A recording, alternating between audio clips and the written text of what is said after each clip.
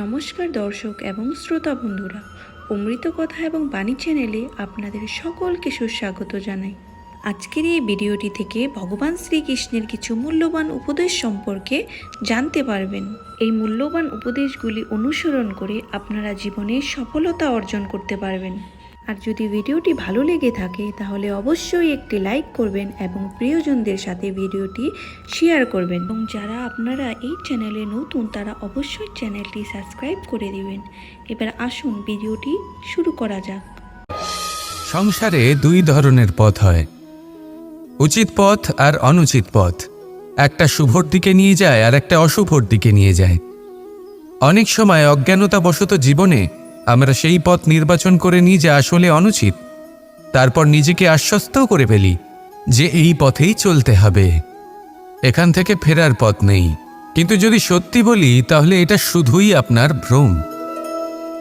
আপনার মধ্যে শুধুমাত্র একটু দৃঢ়তার অভাব আছে, তা জাগ্রত করুন আর বাড়িয়ে তুলুন। আপনি দেখবেন এই সংসারে এমন কোনো পথ নেই যেখান থেকে ফিরে আসা সম্ভব নয়। এমন কোনো মানসিকতা নেই যা বদলানো সম্ভব নয়। যদি আজ এই মুহূর্তে আপনার মনে হয়ে থাকে যে আপনি কোনো অনুচিত পথে আছেন আর আপনি কোনো শুভ পথে যেতে চান, তাহলে ওখান থেকে ঘুরুন আর ফিরে আসুন।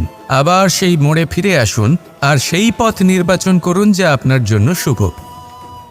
একটু সময় অবশ্যই লাগবে, কিন্তু নিশ্চিত রূপে আপনার উদ্দেশ্য এবং আপনার গন্তব্য এই দুই অনেক শ্রেষ্ঠ হয়ে উঠবে। তাহলে আসুন আর আমার সাথে ভালোবেসে বলুন, রাধা রাধা। বেশিরভাগ মানুষই এই কথা জানেন যে আমাদের শরীর 5টি তত্ত্ব দ্বারা নির্মিত, যাকে আমরা পঞ্চতত্ত্ব বলি: জল, অগ্নি, বায়ু, ধরিত্রী এবং আকাশ। এবার এই কথা আমরা সকলে জানি, কিন্তু এগুলোর সাথে কিছু গুণ জড়িয়ে রয়েছে যেগুলো আমরা দেখতে পাই না। যদি এই গুণগুলি আমরা আত্মসাৎ করতে শিখে যাই তাহলে সাক্ষাৎ পরমেশ্বরের দর্শন আমরা পেতে পারি। যদি কথা বলি প্রথম তত্ত্বের, জলের কথা, জল যা প্রত্যেক জ্বলনকে শীতলতা প্রদান করে। এই জলকে দেখুন, যা শুধু প্রবাহিত হতে জানে, থামতে জানে না। জল পাথরের সাথে সংঘর্ষ করতে জানে, যার পথে অনেক বাধা আসে, কিন্তু সে প্রবাহিত হতে থাকে। নিরাকার হলো এই জল, যে কোনো পাত্রেই রাখুন না কেন তার আকার ধারণ করে নেবে। এটাই হলো এর বিশেষত্ব এবং এটাই হলো আমাদের শিক্ষা। কিভাবে প্রবাহমান থাকতে হবে, কিভাবে আমাদের থামলে চলবে না, তাতে আমাদের পথের মধ্যে যতই যেরকমই সমস্যা আসুক না কেন, আমাদের এই জলের মতোই নিরাকার হয়ে যে কোনো পরিস্থিতিতেই প্রবাহমান থাকতে হবে। এই শিক্ষাই জলের থেকে লাভ করুন আর আমার সাথে ভালোবেসে বলুন, রাধা রাধা। এই জীবনে আমাদের দুজন সঙ্গী, এক হলো অন্ধকার আর এক হলো প্রকাশ। এবার যখন এই অন্ধকারে আমরা প্রদীপ জ্বালাই, সেই প্রকাশের জন্য অন্ধকার আমাদের ওপর রুষ্ট হয়ে চলে যায়। এবার যদি অন্ধকারকে খুশি করতে যাও তাহলে প্রকাশ আমাদের ওপর রুষ্ট হয়ে চলে যায়।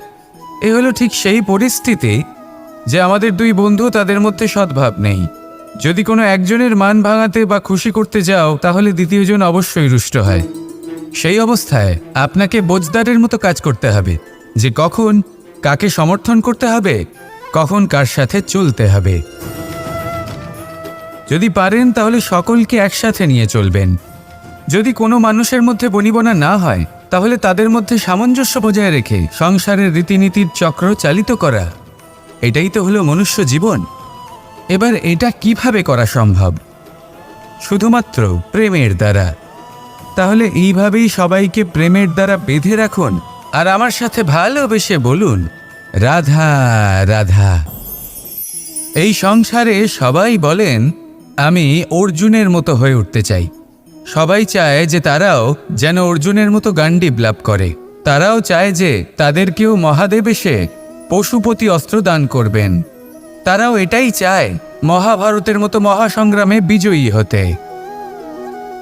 কিন্তু সবাই ভুলে যান যে অর্জুন যা হতে পেরেছিলেন সবকিছুই অর্জন করেছিলেন।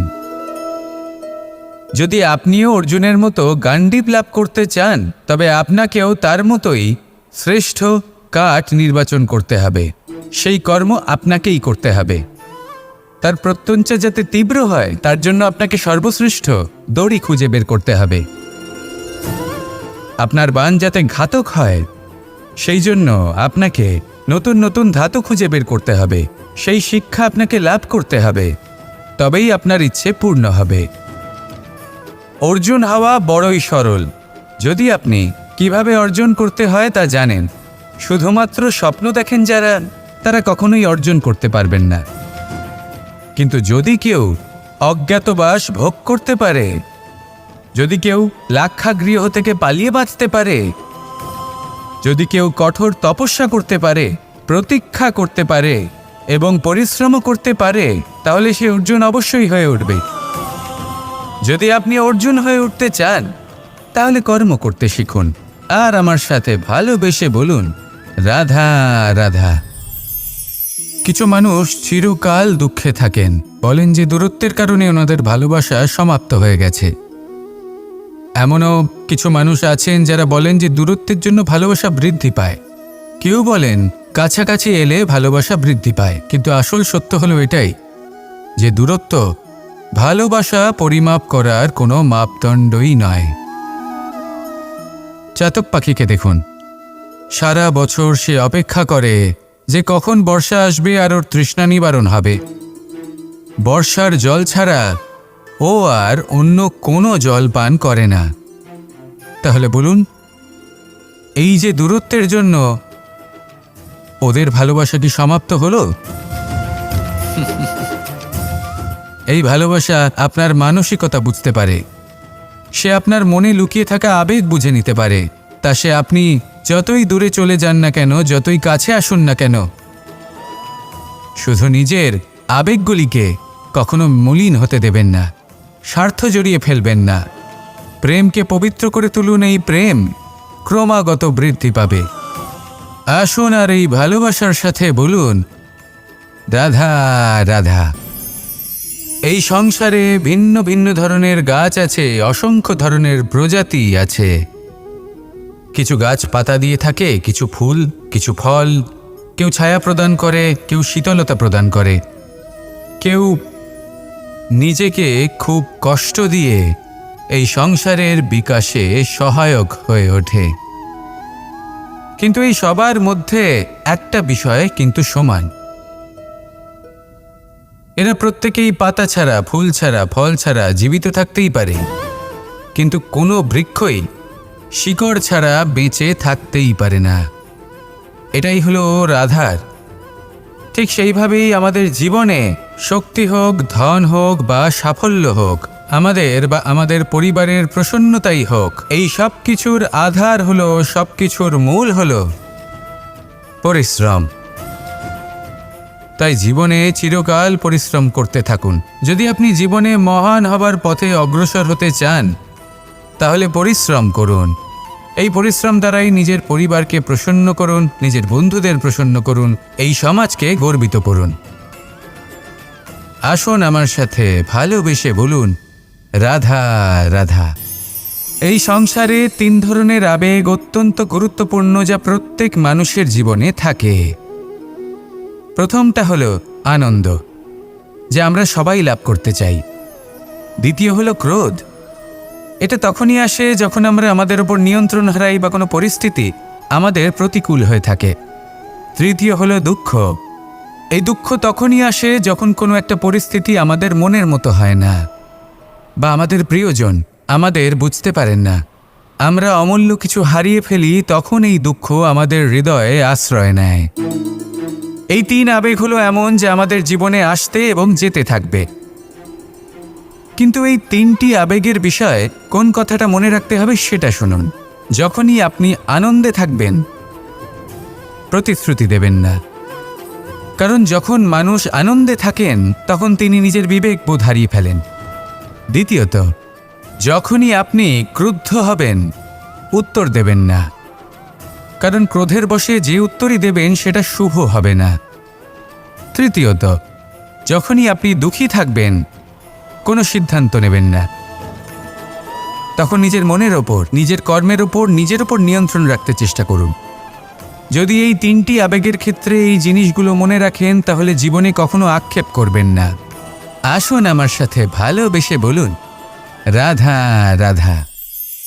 আপনি কখনো রেশমের কীট দেখেছেন?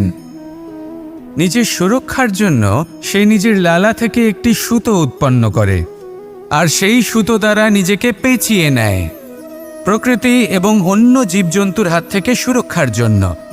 কিন্তু যখন সেই সুতো শুকিয়ে যায়, তখন কি হয়? তা একটা খোলসে পরিণত হয়, এত সবল হয়ে যায় যে সেই রেশমের কীট তা ভেঙে বাইরে বেরিয়েই আসতে পারে না। শেষ পর্যন্ত এই কারণেই সে মৃত্যু লাভ করে। এবার যদি একটা প্রজাপতির কথা বলি, তাহলে প্রজাপতি কি করে? যখন সে উড়তে চায়, সে নিজেই নিজের খোলস ভেঙে ফেলে, সে তার পাখনা মেলে, আর তারপর সে আকাশে উড়ে বেড়ায়। এটাই হলো শিক্ষা আমাদের জন্য। যদি আমরা আকাশে উড়ে বেড়াতে চাই, তাহলে আমাদেরকেও অন্তর থেকে সেই খোলস ভাঙতে হবে, অর্থাৎ নিজেদেরকে বন্ধন থেকে মুক্ত করে দিতে হবে। সুরক্ষার জন্য কোনো বাঁধনে জড়িয়ে পড়া, এ হলো সবথেকে বেশি অসুরক্ষিত কার্য। জীবনে সুরক্ষার ভয় থাকাটা উচিত, কিন্তু তা যদি অত্যাধিক হয়ে যায়, তাহলে তা আপনাকে এতটাই দুর্বল করে দেবে যে আপনি নিজেরই সুরক্ষার চক্র ভেঙে বেরোতেই পারবেন না। যদি আপনি নবনির্মাণ করতে চান, তাহলে আপনাকে নিজের এই সুরক্ষা কবচ ভেঙে বেরোতেই হবে, সাহসের সাথে পরিশ্রম করতে হবে। আর যদি আপনি এটা করতে পারেন, তাহলে আপনার উড়ান কেউ আটকাতে পারবে না। আসুন আমার সাথে ভালোবেসে বলুন, রাধা রাধা।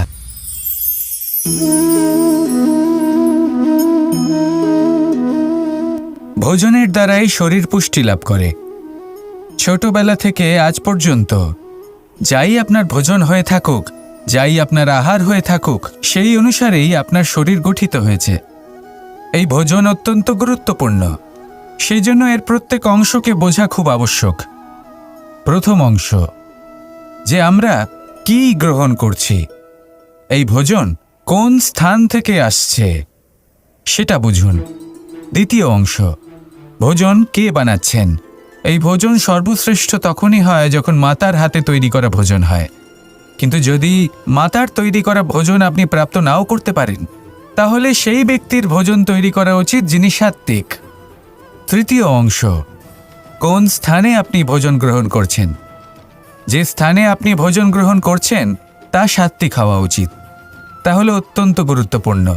এবং চতুর্থ সবথেকে গুরুত্বপূর্ণ অংশ, তা হলো এই ভোজন আপনি যার দ্বারা প্রাপ্ত করেছেন, যেখান থেকে প্রাপ্ত করেছেন, যে স্থানে বসে আপনি ভোজন গ্রহণ করছেন, তার প্রতি কৃতজ্ঞতা প্রকাশ করুন এবং ভোজন পূর্ণরূপে সমাপ্ত করুন। তবেই এই ভোজন আপনাকে সুখী জীবন দান করবে, সুস্থ শরীর দেবে, আর এই মন তা সুপ্রসন্ন হয়ে বলবে, রাধা রাধা। যদি আমি কোনো বনে যাই, কোনো নির্জন বনে, সেই বনের বিষয়ে, সেই পথের বিষয়ে, গাছপালার বিষয়ে, পশুপক্ষীর বিষয়ে আমার যদি কোনো জ্ঞান না থাকে, সেই বনের ক্ষুদ্র থেকে ক্ষুদ্রতর অংশের বিষয়ে যদি আমার কোনো জ্ঞান না থাকে, তাহলে হতেই পারে সেই বনে কোথাও আমি হারিয়ে যাব। হয়তো এমনভাবে হারিয়ে যাব কোনোদিনও বাইরেই বেরোতে পারবো না। তাই সেই বনের বিষয়ে জ্ঞান লাভ করা আবশ্যক। এটাই হলো শিক্ষা। জীবনে বেশিরভাগ মানুষই কেন অসফল হন? ওনারা একটা লক্ষ্য স্থির করেন, কিন্তু সেই পথের বিষয়ে তারা পর্যাপ্ত জ্ঞান অর্জন করেন না। সেই পথে কি বিপদ আসতে পারে প্রত্যেকটা পৃষ্ঠার জ্ঞান তাদের নেই, আর সেই জন্যই তারা অসফল হন। আপনি জীবনে যখনই কোনো লক্ষ্য স্থির করবেন, কোনো লক্ষ্য সাধন করবেন, পরিকল্পনার সাথে সেই পথে অগ্রসর হন। সেই পথকে বোঝার চেষ্টা করুন, সেই পথের বিপদ সম্পর্কে জ্ঞান লাভ করুন, সব কিছু জানার চেষ্টা করুন, অজানা তথ্য আহরণ করুন, আর তারপর সেই লক্ষ্যের প্রতি নিজেকে সমর্পিত করুন। তবেই আপনি সাফল্য লাভ করবেন, আর এই মন প্রসন্ন হয়ে বলবে, রাধা রাধা। অন্ধকারাচ্ছন্ন রাত্রি যদি এসে থাকে, তাহলে আলোকিত প্রকাশ নিয়ে সূর্যও অবশ্যই আসে। রোগ যদি এসে থাকে তাহলে তার ওষুধও অবশ্যই আসে। সমস্যা যদি আসে তাহলে সেই সমস্যার সমাধানও নিজে থেকেই আমাদের কাছে চলেই আসে। এই সংসার, এই জীবনের শুধুমাত্র একটাই নিয়ম আছে, আর তা হলো এটাই, এই সংসার হলো একটা চক্রের মতো। এতে শাশ্বত বলে কিছু নেই, নিত্য বলে কিছু নেই, আর যা কিছুই রয়েছে সব বদলাতে চলেছে। যদি আপনার জীবনে দুঃখ থাকে, সমস্যা থাকে, যদি আপনি বিপদ দ্বারা আচ্ছন্ন, তাহলে মনে রাখবেন সব কিছু বদলে যেতে চলেছে। দুঃখের সময় কাঁদবেন না, মনকে আরো দুঃখী করে তুলবেন না, কারণ এখানে যা কিছুই এসেছে তা যাওয়ার জন্যই এসেছে। তাহলে এত চিন্তা কিসের?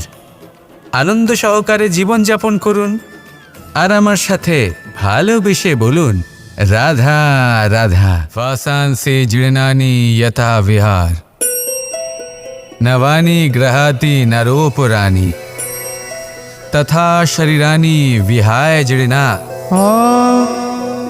ননিয়ানি সয়াতি নবানি দে। আত্মার কখনোই মৃত্যু হয় না। আত্মা শুধু শরীর বদল করে, রূপ বদল করে। আর যেখানে আত্মার মৃত্যু হতে পারে না, সেখানে প্রেম কিভাবে সমাপ্ত হতে পারে? কারণ প্রেম হলো নিজেই পরমাত্মার রূপ। কখনো সে সীতার খোঁজে বনে বনে ছুটে বেরিয়েছে, কখনো সে রাধার প্রেমে বনকে বৃন্দাবন রূপে সাজিয়ে তুলেছে, কখনো সে কানাই রূপে গোকুলবাসীদের মন জয় করে নিয়েছে, আবার কখনো সে মাখন চোর নন্দলালের রূপে সবার মনে ভালোবাসার স্রোত বইয়েছে। কখনো নিজের হাতে বাঁশি নিয়ে তাতে ভালোবাসার সুর তুলেছে, আবার কখনো নিজের আঙুলে সুদর্শন চক্র ধারণ করে ধর্ম এবং প্রেমের বিরোধীদের সংহার করেছে। কখনো সে যশোদানন্দন হয়ে গোকুলে অনেক লীলা করে বেরিয়েছে, আবার কখনো দেবকীনন্দন রূপে কংসের লীলার পরিসমাপ্তি ঘটিয়েছে। কখনো যুদ্ধবিমুখ হয়ে প্রজাদের রক্ষা করেছে, আবার কখনো ধর্মরক্ষার জন্য সে যুদ্ধে অবতীর্ণ হয়েছে সারথীর রূপে, এবং এই সংসারকে গীতার জ্ঞান প্রদান করেছে। এই ভালোবাসা নয় তো কি, যে গোলকে নিজের রাধাকে হারানোর পরে নিজেও পৃথিবীতে অবতীর্ণ হয়েছে এই সংসারকে প্রেমের শিক্ষা দিতে। এই প্রেম ছাড়া আর কি, যে বৈকুণ্ঠে নিজের লক্ষ্মীকে হারিয়ে সেই সংসারে শ্রীনিবাসের রূপে এসেছে, এই সংসারে নিজের ভালোবাসাকে পেতে এসেছে। এই প্রেম হলো অনন্ত, এর যাত্রা হলো অনন্ত, এবং এই প্রেম যার যাত্রার কোনো অন্ত নেই, আর যার প্রভাব হলো সুগভীর, সেই পরমাত্মারূপী প্রেমকে এই প্রেম দূতের প্রণাম। আসুন আর আমার সাথে ভালোবেসে বলুন রাধা রাধা।